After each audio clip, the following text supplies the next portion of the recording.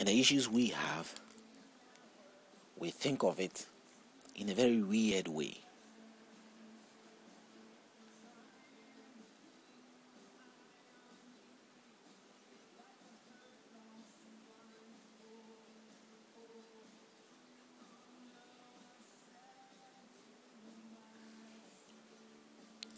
I have tried to analyze as much as I can what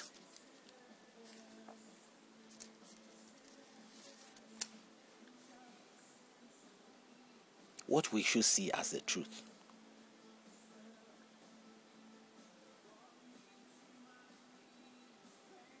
You know, what should we see as the truth? If you go to John chapter 5, verse 43, it says, I have come in my Father's name, and you do not receive me.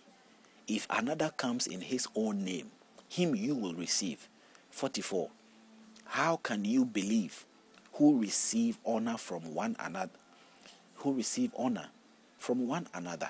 and do not seek the honor that comes from the glory, from the only God? He said, do not think that I shall accuse you to the Father. This is the speech in the red letter Bible. By who? Jesus Christ. According to the Bible, it says, if you see red letter written words, they are the true words of who? Jesus Christ. So he writes here clearly in 5, in John 5:43. So this is 6. This is John 5. It starts from there. Okay. Now John 5, we go to 43 of John 5. Okay. And we've got to 45. He says, do not think that I shall accuse you to the Father. There is one who accuses you, Moses, in whom you trust. Moses is a man, a prophet.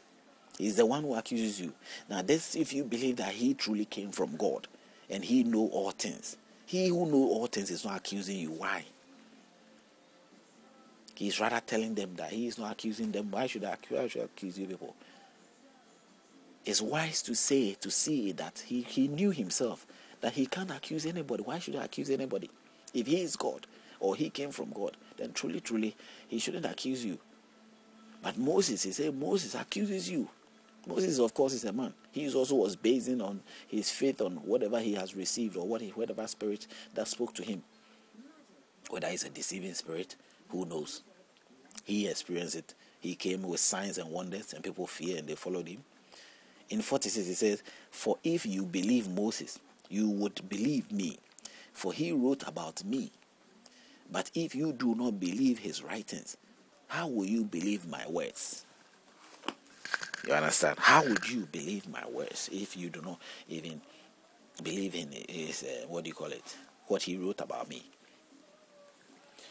So if even Jesus is pulling logic out to you, and if the story has truly come from him or the words have come from him, such statements, then you realize that he's making a point to you to tell you that you are far beyond accusation. You shouldn't be accused of anything. I shouldn't be accused. Even in the book, the same Bible reviews, you say the accuser of the brethren. Something to do with Lucifer. The accuser of the brethren is there. But we have no right. Nobody accuses anybody, judges you or anything. You don't need that bullshit. No. The judgmental thing and the sin thing and all those guilt trip and the thing you fall into has come because of a voice has said it out there, and you have fallen trap into it because you're feeling guilty and you don't really know what you did, and yet you are feeling guilty. You know, yes, the ears that we have, the things we listen to, when we listen to them, they have effects on us. You know, definitely the devil enjoys the idea of making you feel that you are a sinner. First, he enjoys the idea of making you feel accused. He enjoys the idea of putting you in what do you call it? In guilt. Of course, anything that is evil, even in comparatively human beings, your father, your mother, your friends, and all that, when he wants to put you into the very insecure situation, that is the trick that he will have to put you through. First, making you feel guilty that you have done something wrong. So in your state of feeling sorry and wanting to apologize, he uses that as the weakness of you and crush you or somehow use you to his own favor. Because first, he has got you where he wants to get you. He has put you into that corner that he's using that to sort of determine what is good for you and what's not good for you, ruling over your life based on that. It works most of the time. Lead people into the corner where they are stuck into a situation where they have, maybe based on what they like or what they are most interested in, and you're able to convince them to feel guilty of it. And then what happens now is they are caught into the trap, the web where, they have to now submit to you.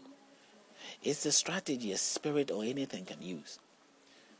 You live life. I have experienced this. I have got through a spiritual experience. All my life, did I know, or I had the knowledge and what do you call it? The idolized states that people normally have about God.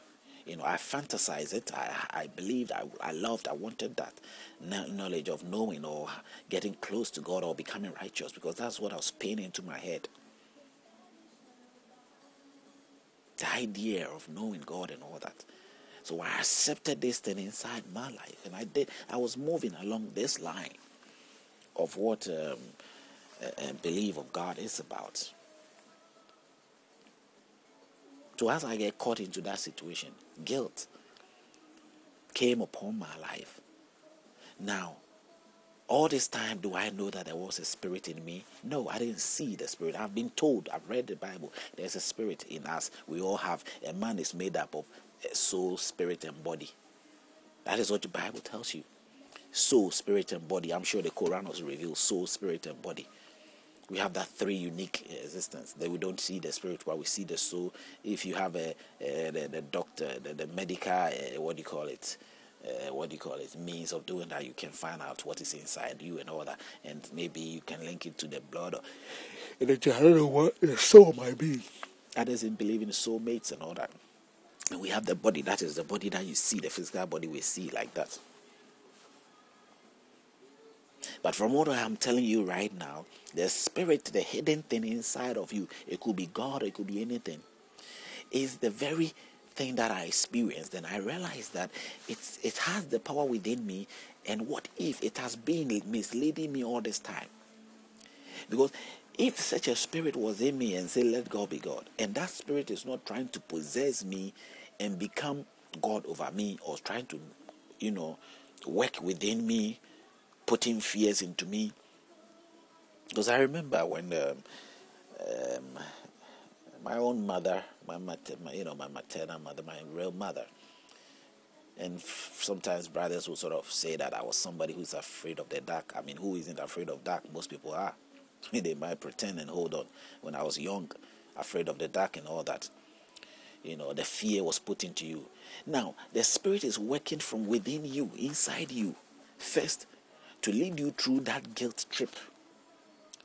What if that is the situation? In fact, that is what I believe it is the situation. Because if I stretch my hands to do something within me, the effort came from inside me to get that done, not from outside.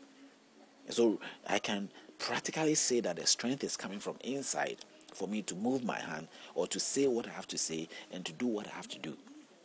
Now, if you have a spirit inside you and the spirit is a demonic spirit or a deceptive spirit, which we have experienced many times, it works inside you. If you end up sick or disease or anything happening to you, terrible things happening to you, the spirit is inside you, hidden. You don't even see what it is, and it is troubling you from inside, causing all sort of things. You may not necessarily be a witch or a wizard, but everybody has got his own demon to fight. It might to you be God.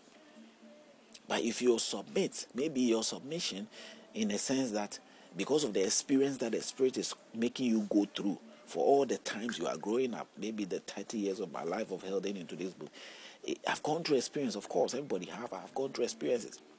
That is what ended me up to become what I become. If I live my life fearing things and afraid, I live my life